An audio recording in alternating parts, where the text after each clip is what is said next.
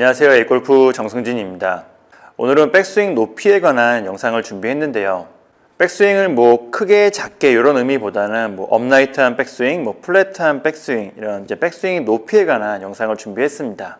백스윙의 높이는 정확한 기준이 있는 것은 아닙니다.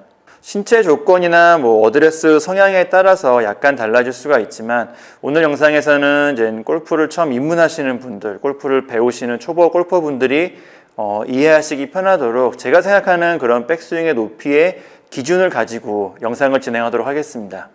백스윙의 높이를 판단하는 여러 가지 기준이 있을 수가 있는데 업라이트한 백스윙, 플랫한 백스윙, 높은 백스윙, 낮은 백스윙 같은 경우는 백스윙에서 오른쪽 어깨를 기준으로 판단하기도 합니다. 탑스윙에서 양손이 오른쪽 어깨 선상에 가깝다면 업라이트한 백스윙이라고 볼 수가 있고요. 양손이 오른쪽 어깨 라인 선상보다 멀어질수록, 뒤로 갈수록 플랫한 백스윙, 낮은 백스윙이라고 할 수가 있습니다. 물론 어깨가 회전하는 방향이나 회전하는 정도에 따라서 약간 달라질 수가 있겠지만 이 정도를 기준으로 이해하신다면 업라이트한 백스윙, 플랫한 백스윙을 이해하시는데 무난할 거라고 생각이 됩니다. 다른 기준으로는 정면에서 바라봤을 때 내 왼손이 머리 높이보다 좀 높게 있다면 업라이트한 백스윙이라고 할 수가 있고요. 머리 높이보다 좀 낮게 있다면 플랫한 백스윙, 낮은 백스윙이라고 할 수가 있습니다. 여튼 앞에서 말씀드린 것처럼 신체 조건이나 어드레스를 하는 방법 등에 따라서 높은 백스윙, 낮은 백스윙의 기준은 달라질 수가 있습니다. 백스윙의 높이는 왼팔이 기준이라고 말씀드리긴 했지만 조금 더 정확하게는 클럽 샤프트가 움직이는 방향, 클럽 샤프트가 바라보는 방향이라고 하는 게 조금 더 정확할 수도 있습니다. 백스윙을 진행하면서 클럽 샤프트가 좀 세워진 궤도, 세워진 방향으로 올라간다면 자연스럽게 높은 백스윙이 만들어지고요. 반대로 클럽 샤프트가 조금 눕혀진 상태로 좀 뒤로 넘어가는 형태로 백스윙이 진행이 된다면 자연스럽게 낮은 백스윙, 플랫한 백스윙이 만들어지게 됩니다. 그리고 이제 비슷한 맥락에서 손목을 좀 많이 사용하는 백스윙은 클럽 샤프트가 좀 누워지며 낮은 백스윙으로 연결되는 경우가 많고요.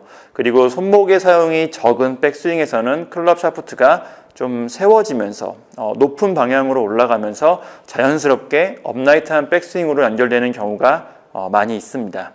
그래서 이제 프로들의 백스윙에서는 좀 업라이트한 모습을 자주 볼 수가 있는데요.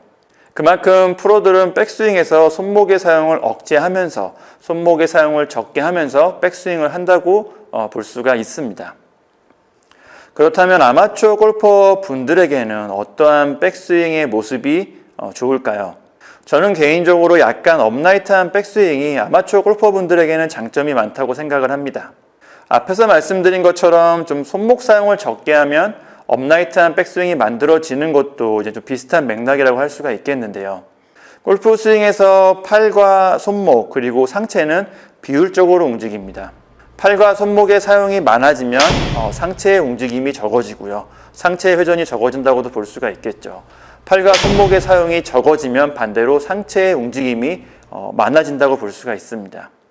일관성 있고 강한 스윙을 위해서는 팔과 손목의 사용보다는 상체의 움직임, 상하체의 회전, 상하체의 움직임이 많아지는 것이 좋습니다.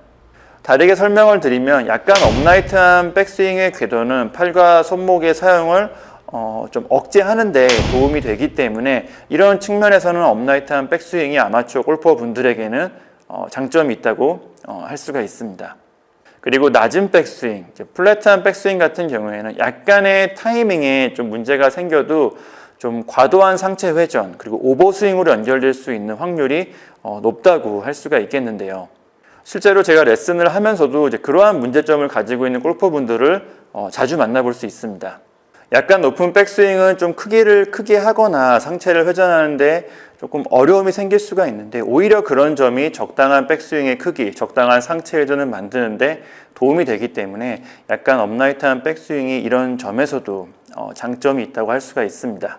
물론 처음에는 백스윙의 크기가 작아진다거나 백스윙의 높이가 높아지게 되면 좀 어색하고 타이밍을 잡는데 좀 어려운 점이 있을 수가 있겠지만 연습을 통해서 충분히 극복 가능한 정도라고 생각이 되고요. 그리고 낮은 백스윙은 낮은 다운스윙이라고도 볼 수가 있는데요. 낮은 백스윙은 이제 밀어내는 스윙 궤도, 좀 과도한 인아웃 다운 스윙으로 연결될 수가 있는데요. 물론 저도 백스윙의 높이가 좀 낮은 편입니다.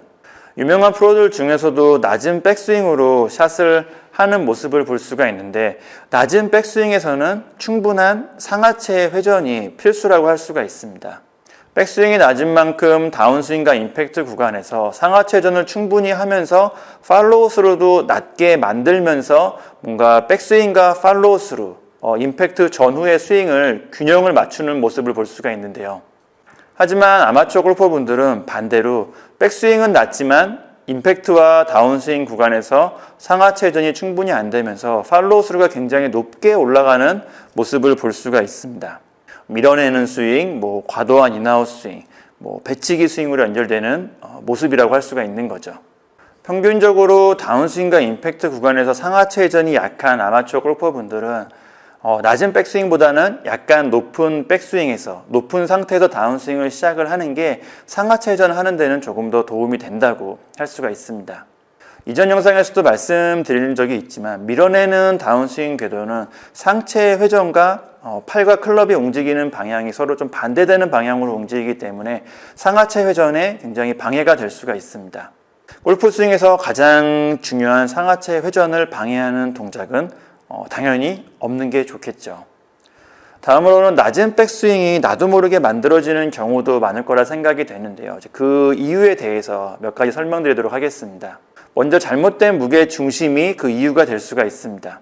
준비 자세나 백스윙 과정에서 나의 이런 무게 중심, 체중의 위치가 발 뒤꿈치로 간다면 클럽을 뒤로 넘기면서 좀 낮은 백스윙이 만들어질 수가 있는데요. 그리고 비슷한 이유로 백스윙에서 체중이 너무 오른쪽으로 많이 이동하는 것도 클럽을 뒤로 넘기는 낮은 백스윙이 만들어지는 원인 중에 하나입니다. 준비 자세와 백스윙 과정에서는 체중이 너무 발 뒤꿈치를 가지 않도록 발 앞꿈치를 유지하는 것이 좋고요. 그리고 백스윙 과정에서는 체중이 너무 오른발로 옮겨가지 않도록 좌우 균형을 어느 정도 유지한 상태로 백스윙을 하는 것이 올바른 백스윙 궤도를 만드는 데 도움이 된다고 할 수 있습니다. 그리고 역시 이제 비슷한 맥락에서 스파인 앵글, 척추각을 유지하며 백스윙을 하는 것도 중요한 부분인데요. 백스윙에서 상체의 각도, 척추의 각도가 펴지면서 백스윙을 하면서 클럽이 뒤로 넘어가는 모습도 많이 볼 수가 있습니다. 척추각을 유지하면서 백스윙을 하는 연습, 척추각을 유지하면서 상체를 회전하는 연습을 많이 해주신다면 올바른 백스윙의 스윙 궤도, 백스윙의 높이를 만드는데 역시 도움이 된다고 할 수 있습니다. 그리고 앞에서도 잠깐 말씀드렸지만 백스윙의 시작 구간에서 손목의 사용이 많다면 클럽의 샤프트가 뒤로 눕혀지며 낮은 백스윙으로 연결되는 모습도 자주 볼 수가 있습니다. 백스윙의 높이는 클럽 샤프트가 올라가는 각도, 클럽 샤프트가 바라보는 방향과도 굉장히 깊은 연관이 있다는 것을 이해하고 연습을 하신다면 본인에게 맞는 적당한 스윙 높이를 만드시는데 도움이 될 거라고 생각이 됩니다. 앞에서도 말씀드렸지만 오늘 내용은 입문하시는 분들, 골프를 처음 배우시는 초보 골퍼분들이 좀 이해하기 좋도록 제가 생각하는 백스윙의 높이의 기준을 가지고 영상을 진행했습니다. 여러 가지 이유로 제가 오늘 말씀드린 이런 내용들이 좀 다르게 적용될 수도 있겠지만 그래도 어느 정도는 백스윙의 높이를 이해하시는 데 도움이 될 거라고 생각이 됩니다. 오늘 영상은 여기까지이고요. A골프 정승진이었습니다. 감사합니다.